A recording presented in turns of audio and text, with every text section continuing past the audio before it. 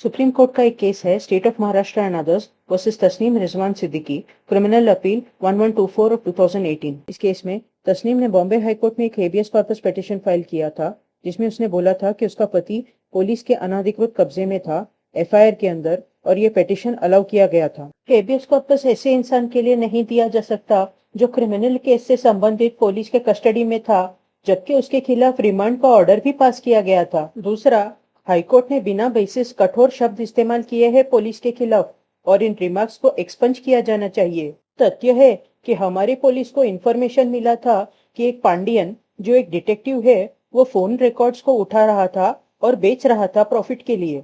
तो पुलिस ने FIR file किया और उसको पकड़ा और वोडाफोन से कॉल डिटेल्स भी मंगाए। अपराध थे सेक्शन 420 आईपीसी और section 66, 72, 72A information technology act और सेक्शन 26 इंडियन टेलीग्राफ्स एक्ट, और फिर सेक्शन 201, 171, 467, 468 और 120 भी ऐड किया आईपीसी का।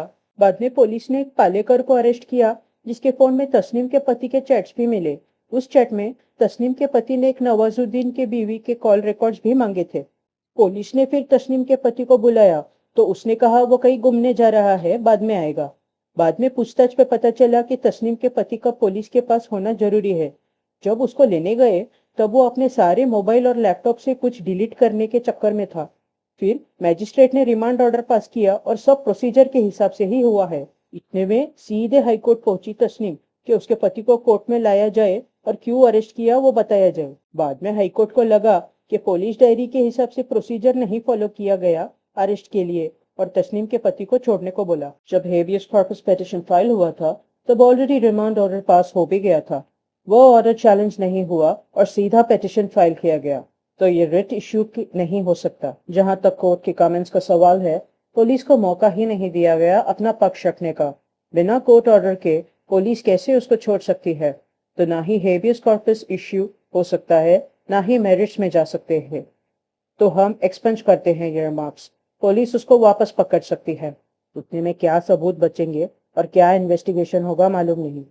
इससे पता चलता है कि जब ऑलरेडी मैजिस्ट्रेट, जो ट्रायल कोर्ट है क्रिमिनल केसेस के लिए, और जो एविडेंस और सारे डॉक्यूमेंट्स और सबूत देख सकता है, वो कोर्ट कस्टडी दे एक अक्यूज्ड का पुलिस को, तो उसके बाद नहीं हेबियस फाइल किया जा सकता तब तक जब तक उसका कस्टडी लीगल हो। बॉम्बे हाईकोर्ट का एक जजमेंट है Hanumant Jagannath Nazirkar versus state of Maharashtra, writ petition criminal number 54 of 2025। इस केस में हेबियस पिटीशन फाइल किया गया था ये घोषित करने कि हनुमंत का अरेस्ट इलीगल है।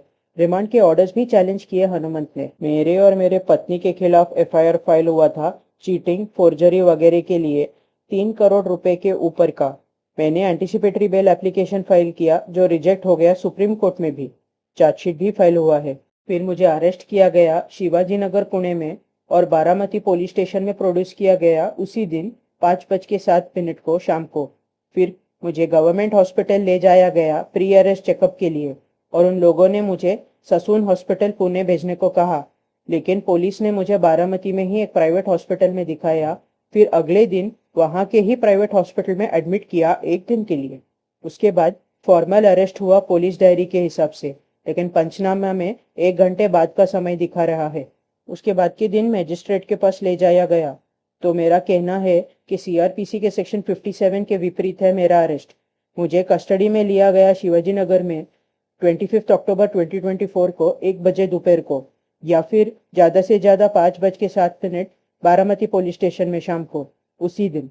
लेकिन मैजिस्ट्रेट के पास लेके जाया गया 27 अक्टूबर 2024 को 12:20 में दोपहर को। जब हनुमंत को डॉक्टर के पास ले जाया गया तब उनका बेटा भी था उनके साथ, और हनुमंत लगातार अपने घर वालों से फोन पे बात कर रहा था। तो ऐसा नहीं कह सकते कि अरेस्ट इफेक्ट में ही था 26 अक्टूबर 24 को मेडिकल के दौरान। के बेल एप्लीकेशन भी रिजेक्ट हुआ था जहां इलीगल अरेस्ट का इश्यू उठा था, और वहां रिजेक्ट हुआ था सेशंस कोर्ट बारामती द्वारा ये इश्यू। तो इश्यू ये है कि 25 अक्टूबर 2024 1 बजे या फिर 5 बजे से 26 अक्टूबर 2024 9 बजे तक का समय अरेस्ट के अंदर आता है या नहीं। अगर हाँ, तो 24 घंटे का समय नहीं पालन हुआ है तो अरेस्ट इलीगल होगा कॉन्स्टिट्यूशन के आर्टिकल 22 और सेक्शन 57 सीआरपीसी के अंदर। अगर नहीं तो लीगल होगा अरेस्ट। टेबल होगा कुछ इस तरह। अरेस्ट शब्द का डेफिनेशन कहीं नहीं है हमारे एक्ट में, तो देखना होगा कि इंसान को कस्टडी में कब लिया गया और अपनी स्वेच्छा से कहीं भी जाने से रोका गया क्या। तो अरेस्ट तब शुरू होता है जब से उस इंसान की स्वतंत्रता पर रोक लगाई जाए, ना कि टाइम पे निर्भर है जो अरेस्ट करने वाले ऑफिसर ने रिकॉर्ड किया है। हमने कुछ जजमेंट्स को देखा है जिनके हिसाब से कस्टडी में लेना भी अरेस्ट ही होगा। सीआरपीसी के सेक्शन 41 से 68 तक अरेस्ट के बारे में है। कहीं भी प्री अरेस्ट मेडिकल एग्जामिनेशन के लिए एक्सक्लूजन की बात नहीं है। कॉन्स्टिट्यूशन के आर्टिकल 22 के हिसाब से 24 आवर्स के अंदर मैजिस्ट्रेट के पास ले जाना ही होगा। अपवाद है जब कोई अपराध करने से रोकने के लिए अरेस्ट किया जाए तब। ये सब देखने के बाद हम कहते हैं कि डिले हुआ है मैजिस्ट्रेट के पास ले जाने में। या तो शिवाजी नगर का समय या फिर बारामती पुलिस स्टेशन लाया गया तब का समय होगा अरेस्ट का समय। पुलिस डायरी में ही लिखा गया है कि ताबा में लिया गया। कोई भी ऐसा कानूनी प्रोविजन ना होने की वजह से जो प्री अरेस्ट मेडिकल एग्जामिनेशन को कस्टडी ना माने, हम ये नहीं मान सकते कि वो कस्टडी नहीं था। उल्टा सीआरपीसी के सेक्शन 53 एंड 54 कहते हैं कि मेडिकल एग्जाम अरेस्ट के बाद करना चाहिए। सारे डिस्चार्ज पेपर्स वगैरह में भी पुलिस का ही साइन है, हनुमंत के बेटे का नहीं। कि जैसा हनुमंत कह रहे हैं, पुलिस वीडियो कॉन्फ्रेंसिंग से भी मैजिस्ट्रेट से कनेक्ट कर सकते थे मेडिकल के दौरान, या मैजिस्ट्रेट भी हॉस्पिटल आ सकते थे। ये सब सही है। पीपी का कहना है कि इलीगल अरेस्ट का इश्यू पहले बेल कोर्ट में रिजेक्ट हुआ है, वो हमको रिट जुरिस्डिक्शन में अप्लाई नहीं होता। और कुछ जजमेंट्स के हिसाब से बेल रिजेक्ट भी हुआ हो या रिमांड ही क्यों ना अलाउ किया हो, लेकिन अरेस्ट ही इलीगल हो तो कोर्ट हेबियस दे सकता है। हम बीएनएसएस के अंदर भी ये इश्यू देखते हैं। आखिर में हम हनुमंत और उनकी पत्नी के pan card details IT department को देने कहते हैं ताकि आगे की कार्रवाई हो। पेटिशन अलाउड है ऐसे में। इनसे हमें पता चलता है कि अगर मैजिस्ट्रेट के पास ले जाके मैजिस्ट्रेट रिमांड ऑर्डर कर दे तो हेबियस मेंटेनेबल नहीं होगा अगर अरेस्ट लीगल हो, लेकिन अगर अरेस्ट ही इलीगल हो तो रिमांड हो या बेल हेबियस देख सकते हैं। और यहाँ रिमांड ऑर्डर्स भी चैलेंज हुए थे हनुमंत के केस में। तो आखिर में अरेस्ट के समय सीआरपीसी जो अब है बीएनएसएस, उसके और कॉन्स्टिट्यूशन के आर्टिकल 22 के प्रोविजंस फॉलो करना पुलिस के लिए अनिवार्य है। एक और बात है कि सिद्दीकी के केस में क्रिमिनल अपील फाइल किया गया था जो रिट के जजमेंट को चैलेंज करने फाइल हुआ, और मैजिस्ट्रेट ऑर्डर्स चैलेंज नहीं हुए थे रिट के समय।